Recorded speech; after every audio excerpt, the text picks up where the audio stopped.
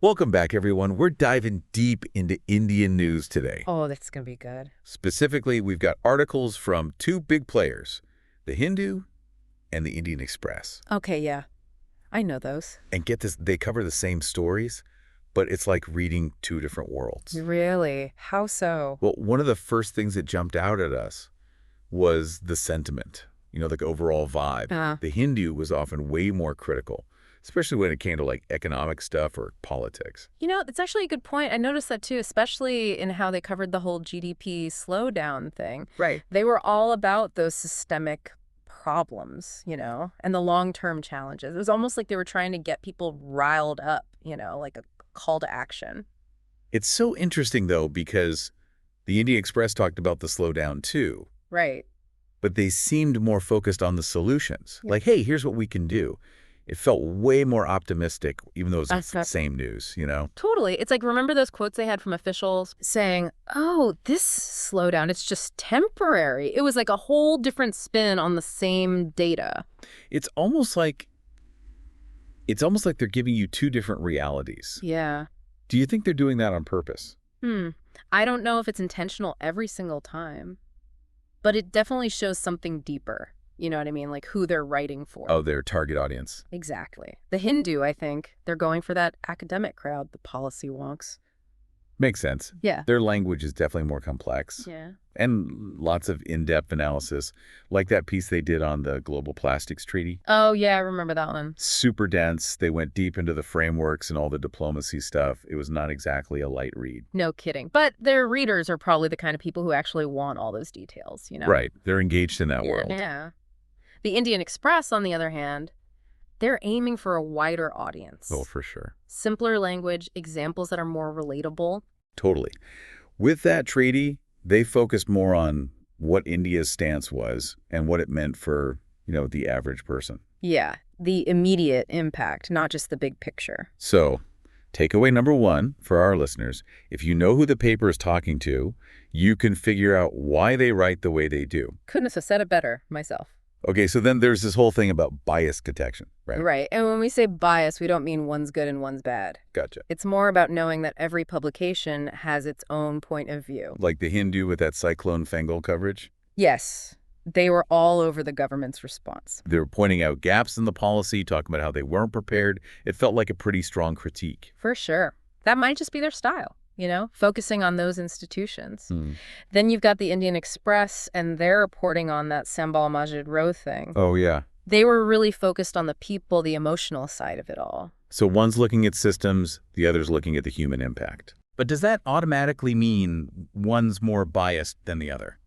Not really. It's more about recognizing how those tendencies can shape what a reader thinks about an event. Oh, I see what you mean. Like with the Hindu focusing so much on institutions, it might make someone more skeptical about the government. Yeah, right. And the Indian Express. Their focus on individual stories could make the same event feel way more intense emotionally. Exactly. Even if they're not giving you the whole political context. This is crazy. Just thinking about how differently I might see the news depending on which paper I'm reading. It's wild, right? And what's even crazier is how technology could play into all of this. Oh, you mean AI? Yeah. Imagine having AI tools that can analyze all these little details. That would be amazing. But how could AI even understand something as complex as, sentiment in the news? Well, imagine this. The AI scans the article, it looks at all the words and phrases. Okay. Then, based on the language, it could give the article a sentiment score. A score? Yeah, like that. The Hindu piece on the GDP slowdown might get a low score because they were so critical. Oh. And the Indian Express? Their score might be closer to neutral, since they had that more balanced tone. It's almost like having data to back up that gut feeling you get about the article. Exactly. And it goes beyond just sentiment. AI could look at who's reading each publication, the demographics. Like who's actually engaging with the content. Exactly. So maybe the Hindu has more readers in cities or more intellectuals and policymakers. And the Indian Express might have a broader reach, since their writing is more accessible. Right. It's like we're getting a peek behind the curtain to see how these newspapers actually work. And understanding all that can make us better readers. Right. You got it. But then there's that big question. How can AI figure out something as subjective as bias? That's what I'm wondering. Can an algorithm really tell if a publication is being biased in its reporting. Well, think of it this way. AI can look for patterns, you know? Maybe one paper constantly uses harsh words when talking about the government. Like what? Like failures, maybe? While the other uses softer terms like challenges. Oh, okay. Or maybe one paper is always quoting officials. And the other prioritizes experts or people from the community. AI could pick up on stuff like that and flag it, you know? So it's not about saying one's right and one's wrong. Exactly. It's about giving you more info so you can make up your own mind. So AI could be like our personal media literacy coach, helping us see things we might miss on our own. This is blowing my mind. Where do we even go from here with all of this? I know, right? It feels like we're just scratching the surface of what's possible. Totally. Just imagine you're reading an article and this AI pops up and says, hey, heads up, this seems pretty critical of the government. Maybe check out another source too, just to be sure. Yeah. It would be like having a fact checker built right into your browser. No more echo chambers. We'd finally get the full picture. Yeah. Okay, so bringing this back to the Hindu and the Indian Express. Remember that cyclone Fengal coverage we talked about? No, that was a big one. The Hindu really went in on the government's response, didn't they? They did. All that data about infrastructure problems and delays and getting help to people, it's like they were analyzing every single thing the government did. Yeah. And that makes sense if they're all about focusing on the big systems like we talked about before. Totally. And you can see how reading that kind of coverage would make you start questioning things like, did the government mess up? Were they prepared enough? Right. It makes you think in a different way than the Indian Express did. Oh, for sure. They were for the heartstrings. All those stories about people struggling and how resilient they were, you can't help but feel for them. It's interesting, though, because neither one is wrong. You know, it's like the Hindu is trying to get things to change by pointing out what went wrong. And the Indian Express is making you connect with how the disaster actually affected people's lives. Yeah, it's like they're tapping into different parts of how our brains work. What if we use those AI tools on something like the Sambal Measured Row? What do you think we'd find? Ooh, that's a good one. I bet the sentiment scores would be totally different. Right. Like the Hindu, with all that legal and historical stuff. They probably came across as more neutral. Totally. Laying out the facts, you know, the different sides of the argument. Not getting too emotional about it. But maybe not as exciting to read as the Indian Express. Right. I bet they used super strong language. You know, vivid descriptions, quotes that make you feel all the emotions. Like you're right there in the middle of it all. Exactly. And again, that fits with their goal of reaching a wider audience. It's almost like one's going for your brain and the other's going for your heart. I bet the AI could even tell us what kind of reader is drawn to each paper's coverage. That would be so cool. So the Hindu might attract readers who are already familiar with the issue. Yeah, like legal experts or historians, people who really want all those details. And the Indian Express might reach people who are just learning about it for the first time. Yeah, the ones who are drawn to the human drama. It really shows you how targeted news can be, even when it's about a major event. Okay, so how do you think AI would analyze the global plastics treaty coverage? Would it see the same differences? I think so.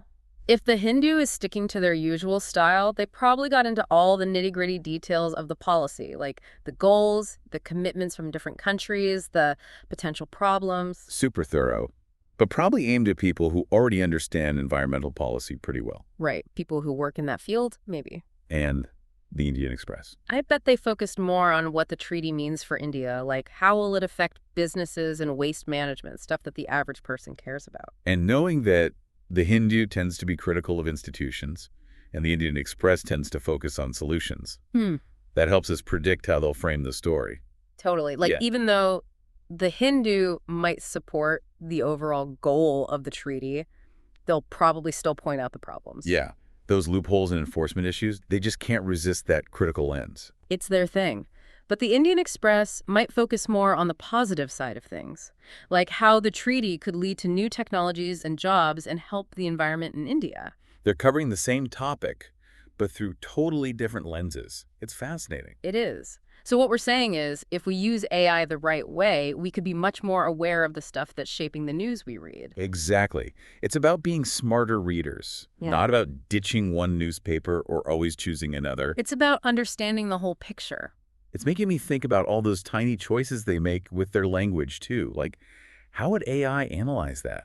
Well, think about it. The Hindu probably uses a lot more technical terms, jargon about policy and diplomacy. Right, that's what those experts they're writing for want to hear. Exactly. And the Indian Express. They probably keep things simple, use analogies that everyone understands, maybe even throw in a joke or two to keep people reading. It all comes back to knowing your audience. And it's amazing that AI can figure all this stuff out in just a few seconds. I know, right? It's crazy. And we haven't even talked about the visuals. Oh, yeah. Like with the GDP slowdown? The Hindu probably used lots of charts and graphs to make their point. Super data-driven, appealing to those analytical minds. Uh-huh. And the Indian Express. I bet they went with photographs showing the human side of the slowdown. Exactly. Those images of businesses struggling, families cutting back. It creates an emotional connection. They're both valid approaches, but knowing why they chose those visuals is what makes you a savvy reader. Totally. It's like we're peeling back the curtain to see how news is really made. I know. I'm already thinking differently about the sources I follow just from this conversation. Me too. And the best part is we're just getting started. Imagine what we'll be able to do when AI gets even better. Yeah. It feels like a whole new era of media literacy is just around the corner. But even without all the fancy AI stuff, we can still use these ideas now, right? Absolutely. Just being more conscious of how different publications approach things. And why they do what they do. That's a huge step in the right direction. So it's not about finding that one perfect source. No. It's about understanding that they all have their own strengths and weaknesses, their own perspectives. And just like with food, a balanced media diet is probably the best. Couldn't agree more. You know what they say? Don't believe everything you read. Right. But it's more than that, right? It's not just about being skeptical. Yeah. It's about really looking at what you're reading. Being an active reader. Exactly. Think about the tone. Who are they writing this for? What are they focusing on? And what are they leaving out? There's always something they're not telling you, right? Oh, for sure. And the key is knowing that there's no one perfect news source out there. Exactly. It's about understanding the limits of each one. And finding different perspectives to get the whole story. It's like, imagine you only ate one thing your whole life. Okay, yeah. You'd miss out on so many different flavors, right? So many culinary experiences. Oh, I love that. It's the same with news. The more you explore different styles, different voices, The more you learn. the richer your understanding of the world becomes. And that's what's so cool about media literacy, right? It's not about someone telling you what to think. It's about giving you the tools to think for yourself. Exactly. So here's a challenge for our listeners. Think about the news sources you usually go to Yeah. and look at them through this new lens we've been talking about. The sentiment, the audience, the bias. What do you see? Any patterns? Does it change how you see the information they're giving you? It's not about finding something to criticize. It's about really understanding what you're reading. It's like a workout for your brain. Yeah. And it can make you a much more informed citizen. Because let's be honest, the news is only getting more and more complicated. It's true. With all the information out there these days, knowing how to sort through it all is super important. It's like they say, knowledge is power. So keep digging, keep asking questions, and keep those critical thinking skills sharp. And until next time, happy deep diving, everyone.